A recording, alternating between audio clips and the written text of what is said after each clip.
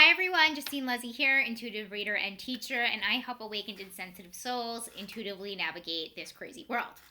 Okay, so guys, today's teaching in today's video is going to be on the 4 E's of empathic survival. Okay, so first things first, we need to identify what being empathic means and what being an empath means, okay?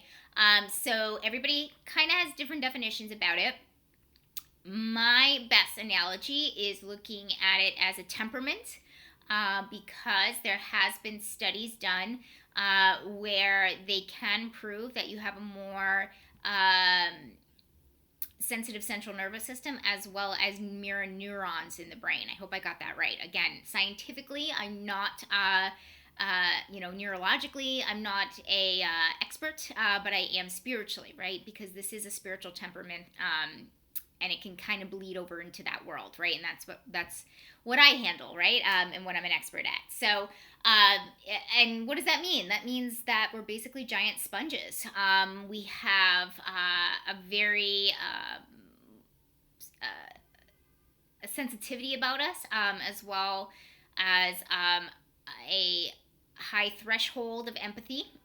Maybe threshold isn't the word, but we're high in empathy, right? And sometimes as sensitive souls like that, it can be really hard navigating this crazy world, right? And this is what I do, right? Is that to help you guys really make sure that you're thriving. And not just thriving, surviving and thriving. And I've come up with these 4 E's. Yeah, you've heard that right. So it's E, the letter E. 4 different E's for empath survival, and then obviously so we can thrive.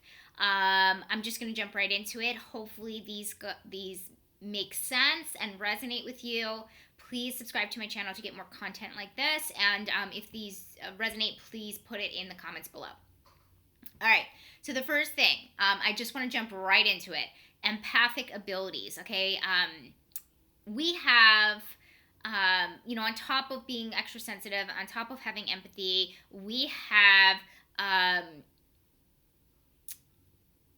empathic gifts, whether you want to call them psychic gifts, intuitive gifts, abilities, however you say it. But basically, we have the ability to have extra sensory perception in different parts of our senses. There are 4 main types. Again, these are not the 4 E's. I'm breaking down the empathic abilities. So the first one is the most popular one that we hear, which is clairvoyance, right? And clairvoyance is clear seeing, right? So this is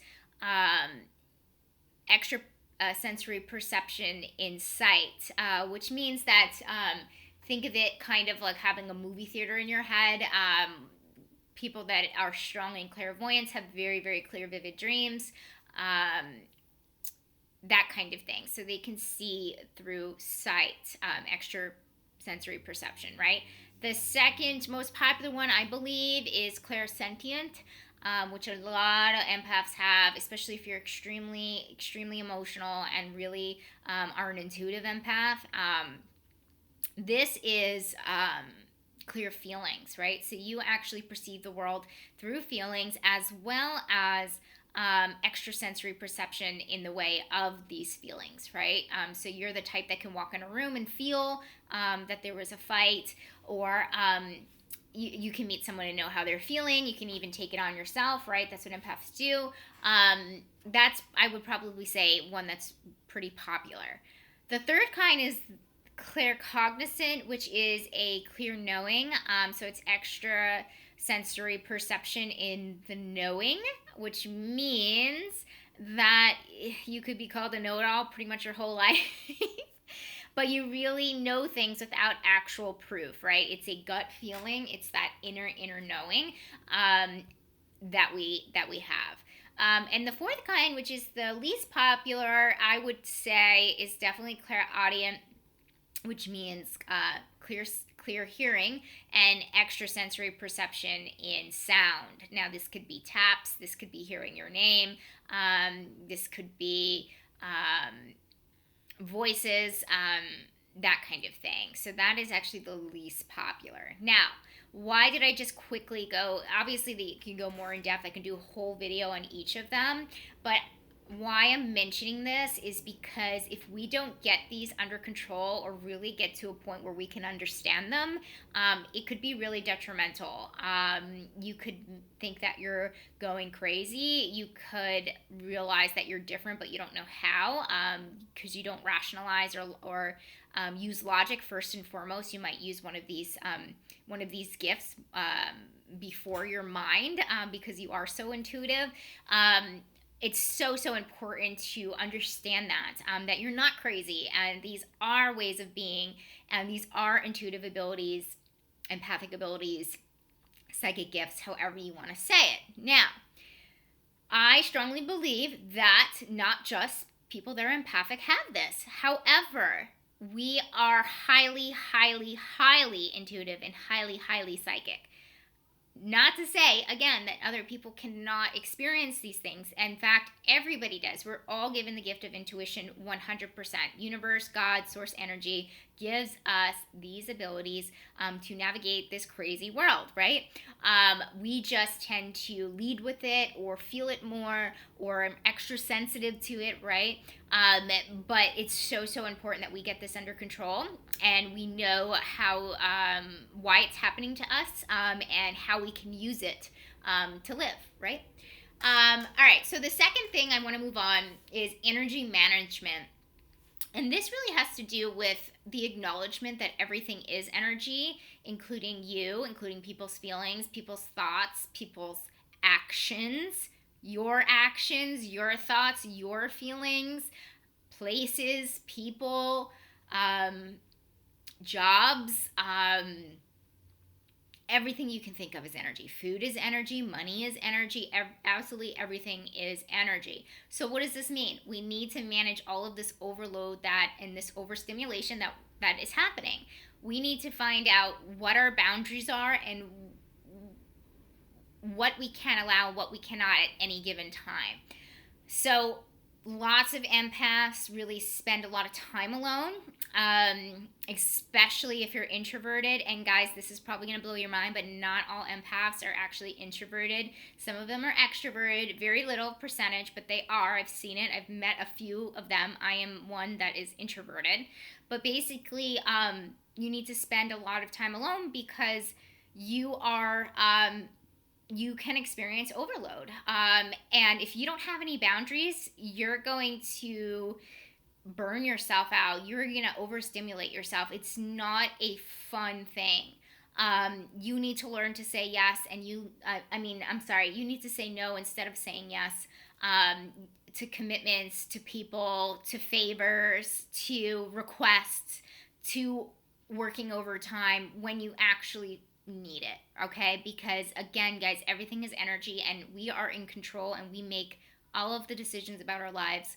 So it's so important for us to understand that we need to get this under control, okay? The third thing is emotional freedom. So this is actually my favorite one. And why is this my favorite one? Because I am what you would call the feelings queen. I am very heavy in clairsentience, which is clear feelings, remember? So I actually perceive the world in feelings, and that's how I navigate things. So I pick up people's feelings, I intuitively feel my own feelings, and make decisions based on that, not of a logical way, which a lot of people do. If you think about it that way, that is probably the main difference. But basically what's happening here is, are you feeling your feelings as an empath? It is so, and this is also, again, other people, a typical person, it's still not healthy, right, to suppress your feelings and not express them. But I'm talking about if an empath was to do this, somebody that has a lot of feelings, it's really unhealthy. We need to express, not suppress. And when we suppress, we can actually make ourselves sick physically and spiritually, obviously, and emotionally, right?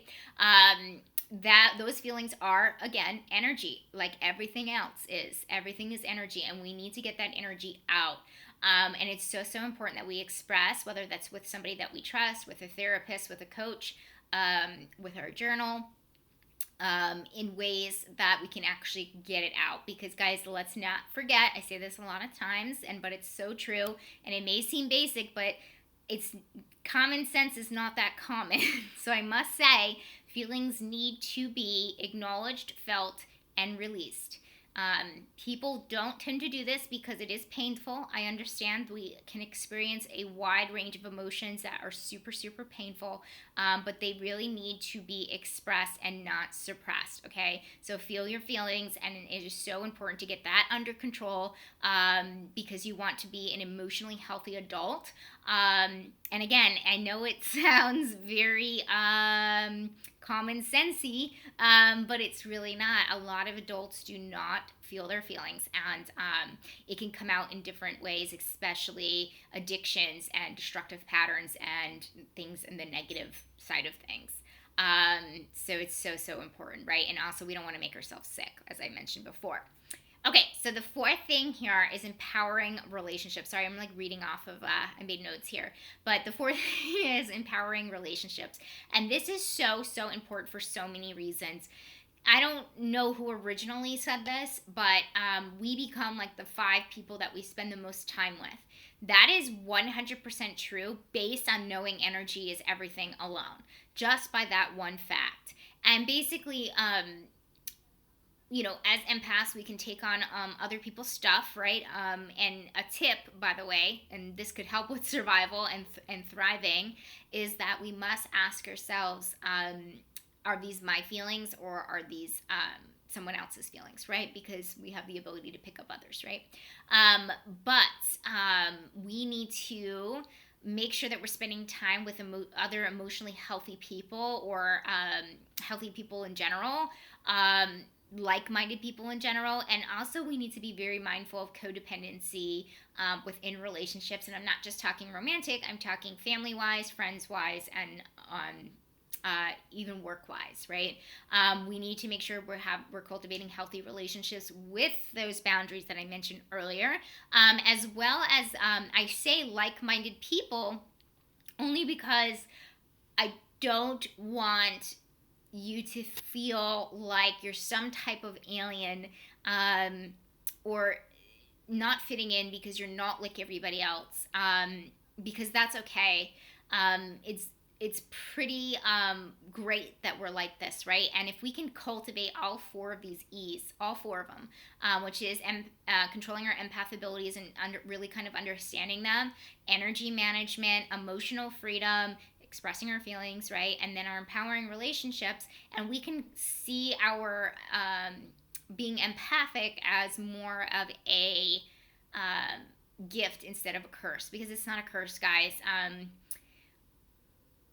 Everything is a choice. Everything is a perception shift away. We can look at things differently, and we can control our lives and be the one in control, and make all the decisions. God, universe, Mother Nature, source energy gave us free will for a reason, guys. We can choose these things. We can choose to understand these things, and by doing that, by looking up videos like this, for example, to understand the type of person that you are, going to a therapist that understands the empath temperament, and reading books. I really recommend Dr. Judith Orliff. She is great when it comes to empaths, but it's really up to us whether we choose to do these things or not.